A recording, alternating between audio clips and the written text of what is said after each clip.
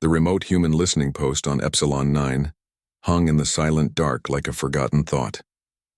It was not a fortress, not a colony, not even a proper station, just a cluster of pressurized modules bolted to the gray rock of a lifeless moon orbiting a distant gas giant. Its purpose was simple: listen, watch, warn. Inside, the air hummed with the low thrum of life support and the occasional beep of sensors scanning the void. There were only 6 people aboard, all civilians, all scientists or engineers who had volunteered for the long, lonely tour. Among them was Daniel Brooks, a lanky man in his early 30s with tired eyes and a dry sense of humor. He had been the station's chief systems analyst for 8 months, long enough to memorize every creak in the hull and every glitch in the comms array. Across the main module sat Lisa Morgan, her fingers dancing over a console as she parsed faint radio whispers from deep space. She was young, sharp, and endlessly curious, exactly the kind of person who would sign up to spend a year listening to cosmic static in hopes of hearing something new. Epsilon 9 had no weapons. No shields beyond basic radiation deflectors, no fighter bays or missile silos. It was never meant to fight. It was meant to be invisible, a quiet ear pressed against the door of the galaxy. That was why, when the alarms first blared, no one believed it was real. Daniel was halfway through his morning coffee, rehydrated, bitter but hot, when the proximity alert flashed red across his screen. He frowned, tapped the screen twice, and ran a diagnostic. Nothing. Then the external cameras flickered. A shadow passed over the moon's surface, too fast, too large to be debris. "Lisa," he called, voice calm but edged with tension. "You seeing this?" She swiveled in her chair, eyes narrowing at his display. "That's not ours." Within seconds, 3 more contacts appeared on the long-range scanner. Sleek, angular ships with hulls that drank the starlight instead of reflecting it. They moved without engine flares, gliding like predators through the black. No identification codes, no hails, just silence and speed. Daniel triggered the emergency protocol. The station's comms burst out a coded distress signal, encrypted and aimed at the nearest relay buoy. It would take weeks to reach Earth, but it was all they had. He locked down non-essential systems and sealed the inner bulkheads. Lisa grabbed the emergency beacon and activated the backup transmitter.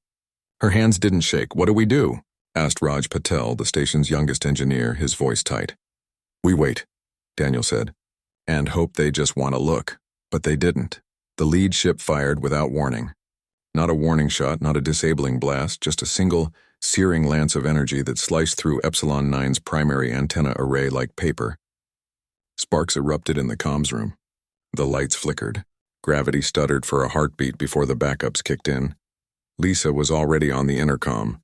"All personnel to the central module. Now." They gathered in the heart of the station: Daniel, Lisa, Raj, Dr. Elena Ruiz, the station's medic, and the 2 maintenance techs, Owen and Kyle. No one spoke. They watched the external feeds as the alien ships circled like vultures. Then came the second strike. This time it hit the power core. Not a direct hit, just enough to cripple, not destroy. The station groaned. Oxygen alarms wailed. Emergency lights bathed the room in crimson. "They're disabling us," Elena said quietly. "Not killing us." Not yet. But that changed fast. One of the ships detached a smaller craft, a boarding pod. It latched onto the airlock with a metallic thud that echoed through the hull. Daniel sealed the inner doors, but the pod carried some kind of cutting tool. Sparks rained down from the corridor as the outer hatch gave way. Lisa grabbed a fire extinguisher. Raj held a wrench like a club. It was useless, and they all knew it. The intruders came through the smoke. Tall, armored figures with smooth, featureless helmets and limbs that moved with eerie precision. They carried weapons that hummed with stored energy.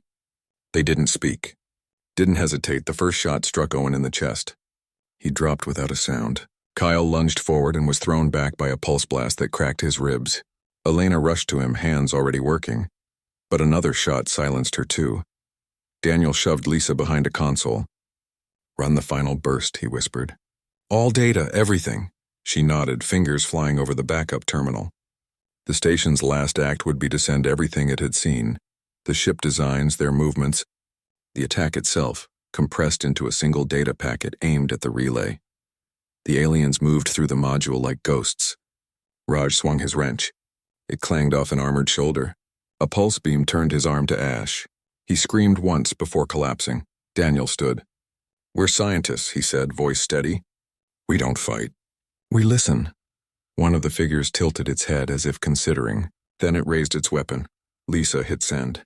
The indicator blinked green. The packet was away. She turned just in time to see Daniel fall. Alone now, she backed into the corner, breathing hard. The lead alien approached slowly. It reached up and removed its helmet. The face beneath was not monstrous. Not insectoid or scaled or fanged. It was humanoid. Pale skin, dark eyes, sharp features. It looked almost human. But its eyes held no pity. No curiosity. Only cold purpose. It spoke, voice distorted but clear. "You were warned." Lisa didn't understand. Warned about what? They had never received any message. No ultimatum. No demand, but she knew better than to argue. Instead, she smiled faintly. "Then tell your people. Earth will answer." The alien paused. Then it raised its weapon. Lisa closed her eyes. The shot never came. Instead, the alien turned and left. The others followed. Within minutes, the ships lifted off, vanishing into the void as quickly as they had arrived. Epsilon 9 was dead, but not silent.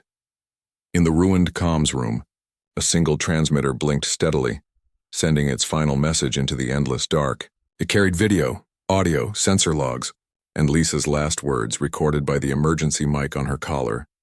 "They don't understand us. Maybe we don't understand them either." 3 weeks later, that message reached Earth, and Earth listened. The message from Epsilon 9 arrived on a quiet Tuesday morning in Geneva. It came not with fanfare, but as a priority burst on a secure military channel, flagged red by automated systems before any human even saw it. Within minutes, it was routed to the United Earth Defense Council chamber beneath the old UN complex. The room filled fast. Generals in crisp uniforms, scientists with sleepless eyes, diplomats clutching tablets like shields. At the head of the table sat President Alan Hughes, a man whose calm voice had once calmed riots and whose steady hands had signed peace accords. Now he watched the footage in silence as the outpost died again and again on the screen. The council room stayed quiet long after the video ended. No one spoke. No one moved. The only sound was the low hum of climate control and the soft click of a pen rolling off the table. Then General Helen Briggs stood. She was in her late 50s, with steel gray hair and eyes that had seen too many funerals. She did not shout. She did not weep. She simply said, "They killed unarmed civilians," on a listening post. With no warning. That was enough. News of the attack leaked by nightfall. Not the full footage, just enough to stir fear and fury. Across Earth, people gathered in squares, in homes, in bars. They saw images of the black ships, the burning modules, the names of the dead scrolling on screens. Daniel Brooks, Lisa Morgan, Raj Patel, Elena Ruiz, Owen Carter, Kyle Jenkins. 6 lives gone in minutes. No reason given. No demands made. Just slaughter. Protests erupted in Tokyo, Berlin, Nairobi, Buenos Aires. Not against the aliens, no one knew who they were yet, but against inaction. "Answer them!" the crowds chanted. "Make them pay." Back in Geneva, the debate raged behind closed doors. Some urged caution. Dr. Lena Foster, the council's chief xenologist, argued that the attackers might be a rogue faction, not a whole civilization. "We don't even know their name," she said, voice strained. What if this was a mistake? A misunderstanding? But others disagreed. Admiral Carl Ruiz, no relation to the late medic, slammed his fist on the table. They chose a soft target. They executed people who couldn't fight back. That's not a mistake. That's a message. President Hughes listened to all sides. He read every report. He watched Lisa Morgan's final words 10 times. Then he called General Briggs into his office. The two had served together decades ago, back when Earth's biggest threats were still human. "What do you need?" Hughes asked. "Full authority," Briggs replied. "And no red tape." He gave it to her. Project Retribution was born that night. Not as a plan for war, but as a promise Earth would not be prey. The Strategic Response Fleet, long considered a theoretical force, was activated. Ships that had sat in orbital docks for years, refitted, upgraded, armed, began powering up. Among them was the Aurora, a command vessel built for deep-range operations and rapid deployment. Its new captain was Paul Dawson, a quiet man with a reputation for precision and zero tolerance for waste. He had known Daniel Brooks in college. They'd shared a dorm, argued about physics, and lost touch after graduation. Now Paul stood on the Aurora's bridge, staring at Daniel's photo pinned to the mission board. Recruitment was swift. Volunteers flooded in from every branch of Earth's unified defense forces. Engineers, pilots, medics, weapons specialists, all eager to answer the silence from Epsilon 9. Training intensified. Simulations ran day and night. The fleet drilled for every scenario: ambush, blockade, planetary assault. But one order stood above all others: find the attackers. Identify their homeworld. Deliver justice. Meanwhile, scientists worked around the clock to analyze the data from Epsilon 9. The alien ships left energy signatures unlike anything in Earth's databases. Their hull material absorbed sensors. Their weapons fired coherent plasma wrapped in magnetic fields. But one clue stood out: a faint residue on the station's outer hull, picked up by a surviving spectrometer. It matched no known element, but it did match trace particles found in meteorites from the Varnus system, a cluster of worlds near the galactic rim, long thought uninhabited. Briggs sent a probe. It returned with images of a planet covered in cities, towers that spiraled into the clouds, rivers lined with lights, millions, maybe billions of signals pulsing from the surface. This was no outpost. This was a capital. The council reconvened. This time there was no debate. The vote was unanimous. Paul Dawson received his orders in a sealed briefing packet. He read them alone in his quarters. No grand speech. No dramatic music. Just coordinates, objectives, and a single line at the bottom: ensure they never threaten Earth again. He thought of Lisa Morgan's last words. He thought of Daniel's laugh, remembered from a campus party 20 years ago. He thought of the 6 coffins that would never come home, the fleet assembled in high orbit above Mars, 50 ships, each armed with kinetic lances, rail cannons, and the new planet cracker warheads, devices designed not to conquer but to erase. They were Earth's final answer to extinction-level threats, never used. Until now. President Hughes addressed the fleet via secure channel. His voice was calm but heavy.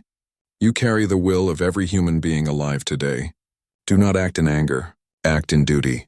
Bring them to account. Paul stood on the bridge as the countdown began. Around him, crew members checked systems, ran diagnostics, whispered quiet prayers. No one cheered. No one smiled.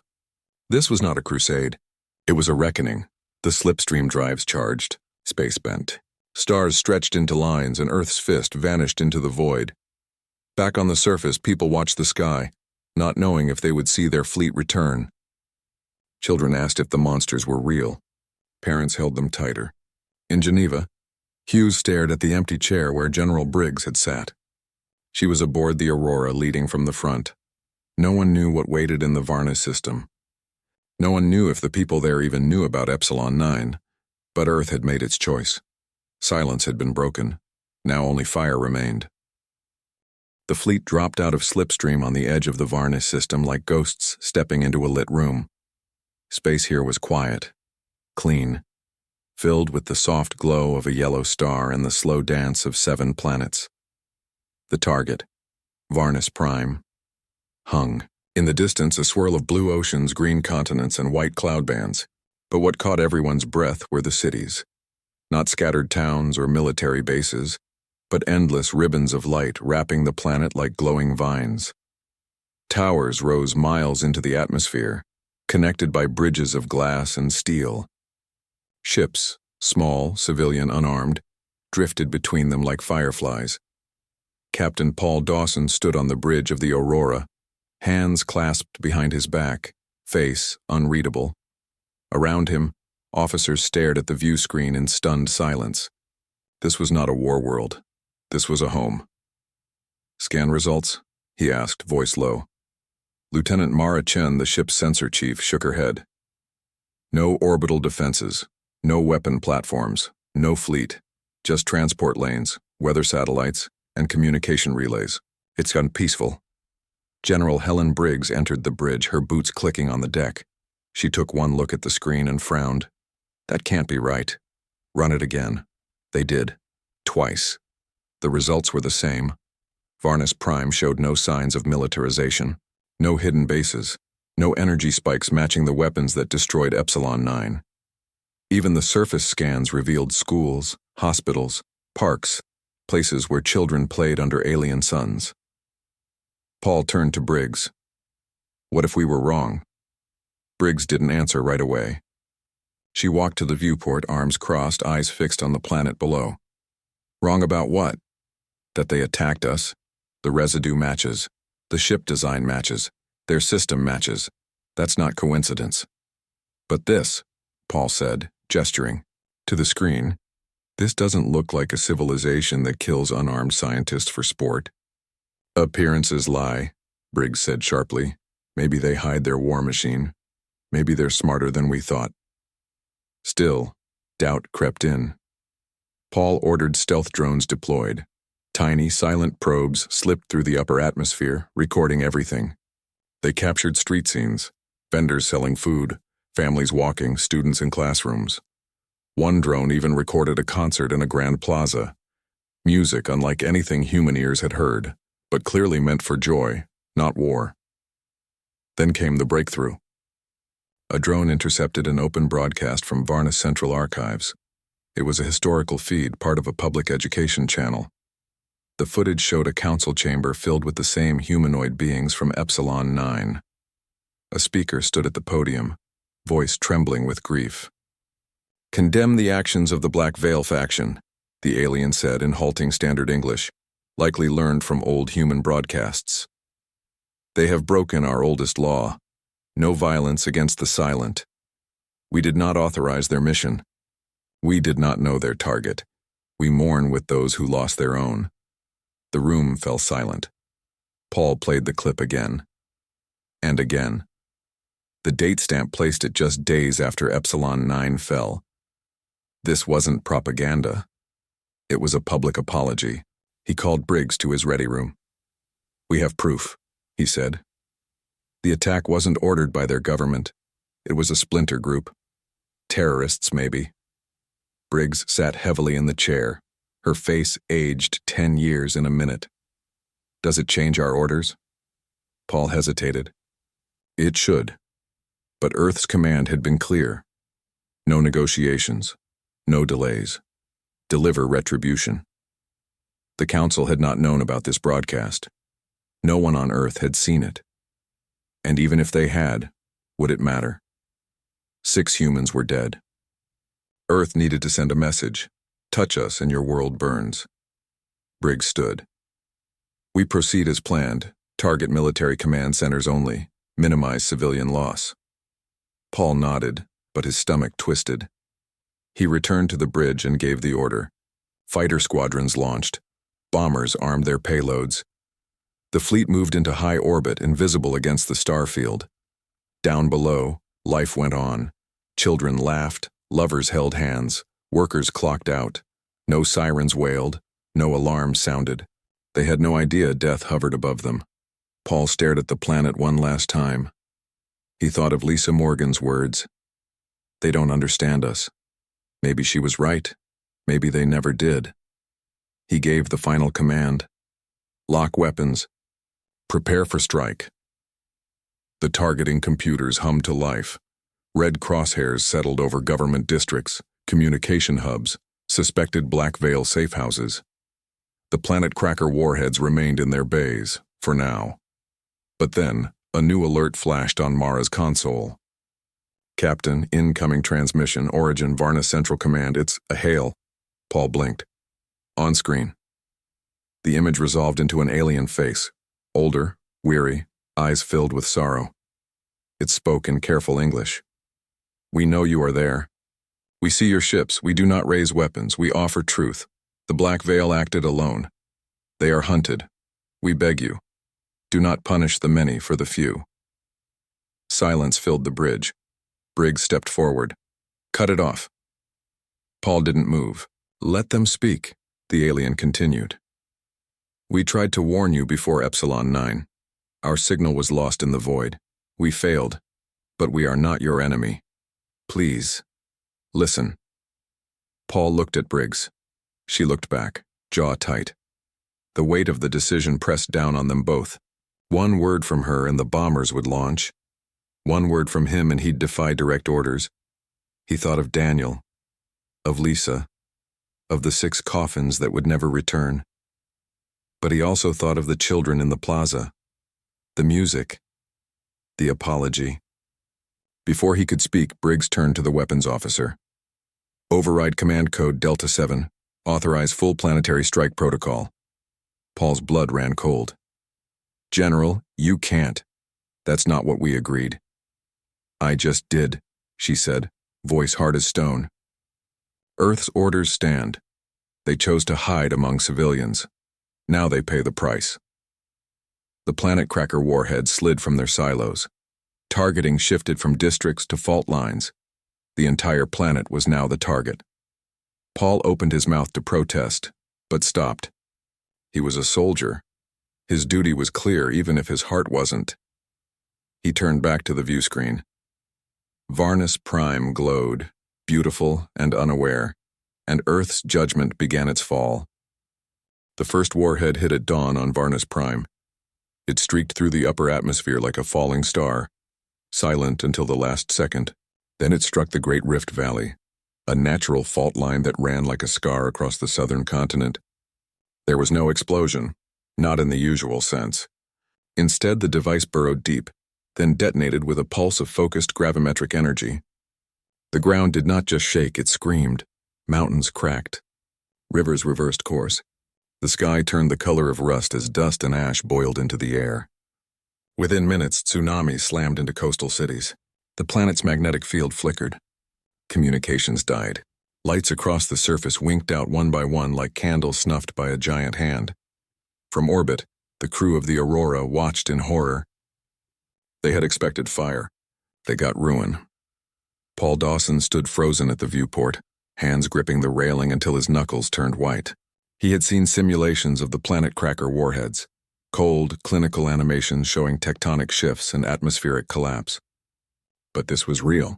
This was screams swallowed by collapsing buildings. This was families buried under rubble before they even knew the sky had fallen. Second warhead away, the weapons officer said, voice flat. Paul didn't answer. He couldn't. The second strike hit the northern polar plate. Ice caps shattered. Superheated steam erupted into the stratosphere. Weather systems unraveled. Storms the size of continents began to spin, howling with winds that could strip flesh from bone. General Briggs stood beside him, arms crossed, face like stone. She did not flinch. She did not look away.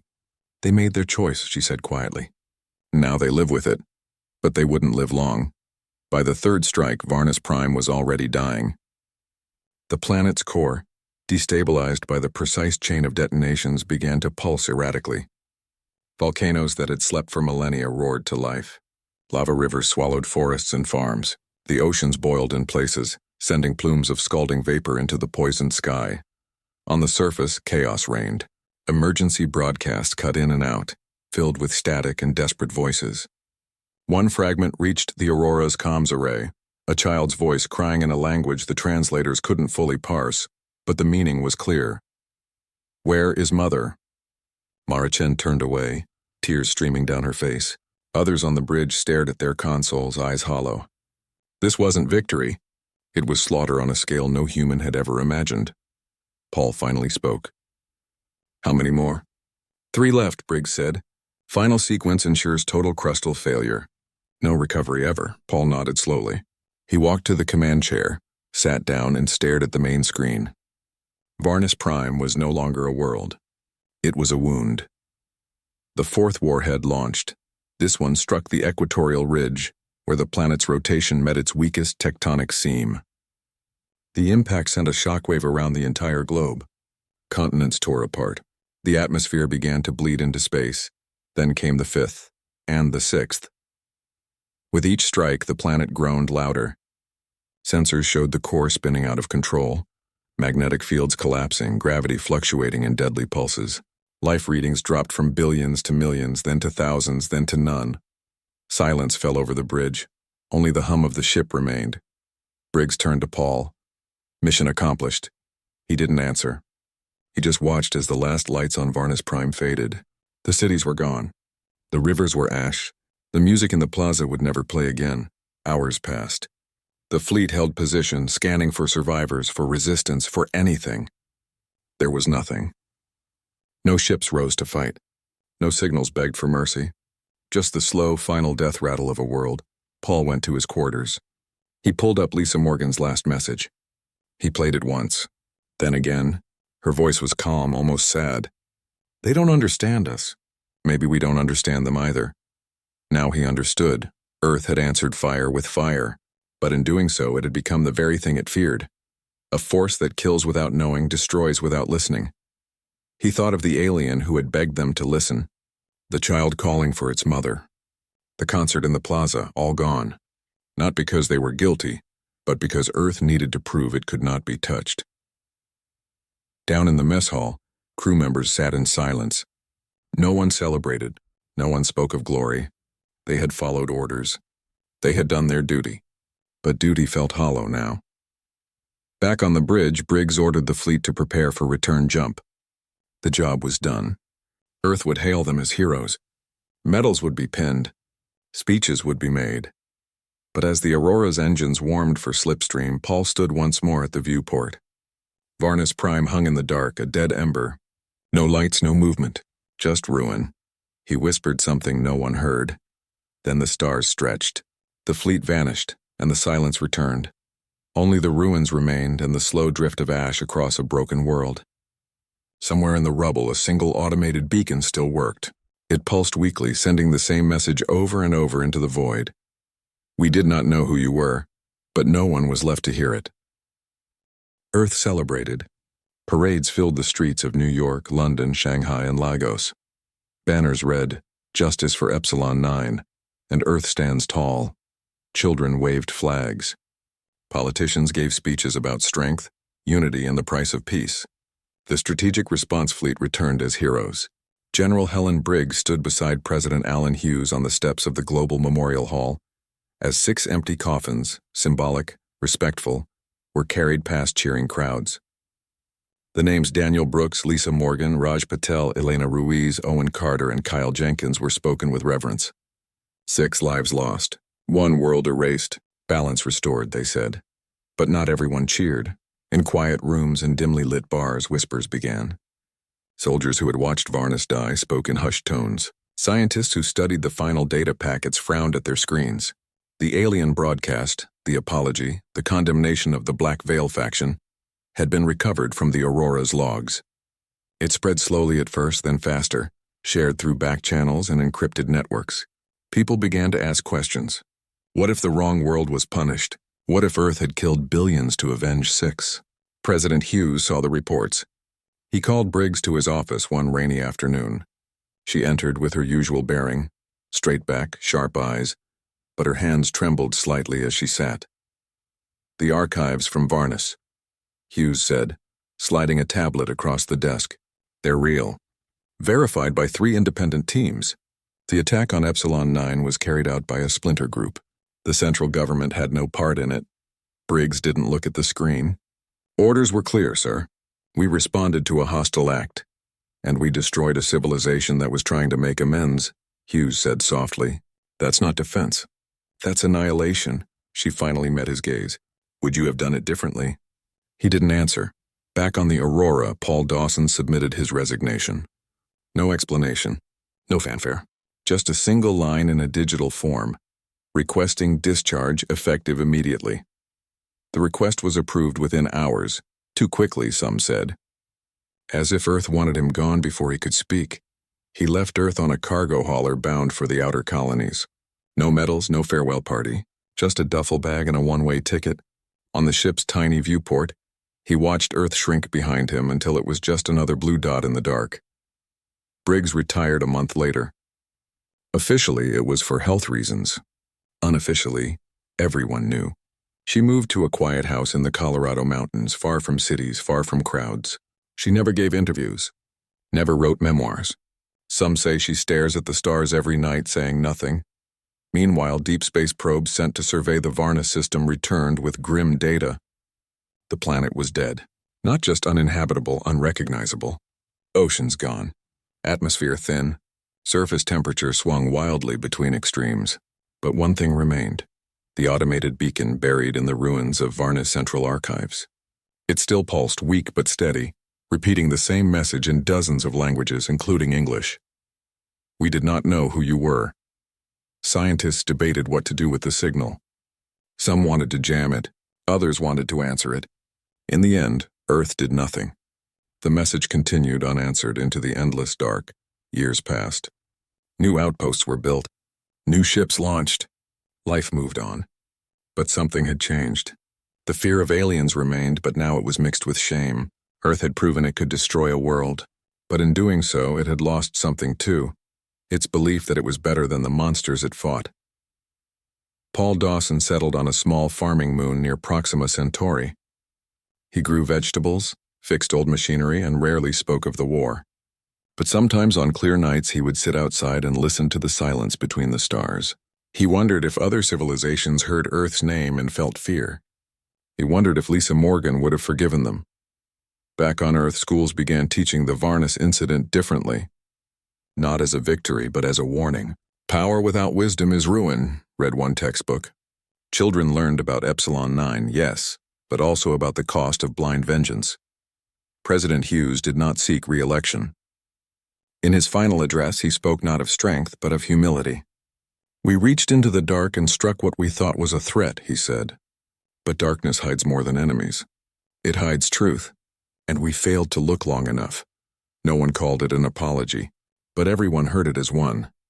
The United Earth Defense Council was restructured. New protocols required confirmation of centralized command before any planetary strike. Diplomats were given equal weight with generals. Listening posts like Epsilon 9 were upgraded, not with weapons, but with better translators, better sensors, better ways to say hello before assuming the worst. Yet the shadow remained. In the quiet corners of the galaxy, other species heard what Earth had done. Some hid, some armed themselves. A few sent cautious coded messages, not of war, but of fear. Earth had shown its teeth. Now the universe knew what it could do, and Earth knew too. It had answered fire with fire. It had made sure no one would ever dare attack it again. But in the silence that followed, humanity heard only its own echo, and wondered if it had become the monster it sought to destroy. Paul Dawson once wrote a letter he never sent. It was addressed to no one and everyone. We thought we were bringing justice, it read. But justice needs truth, and we never waited to find it. He burned the letter in his stove. Outside, the wind blew across the fields. Stars blinked overhead, and somewhere far away, a broken beacon kept repeating its message into the void, hoping someone, someday, would finally listen.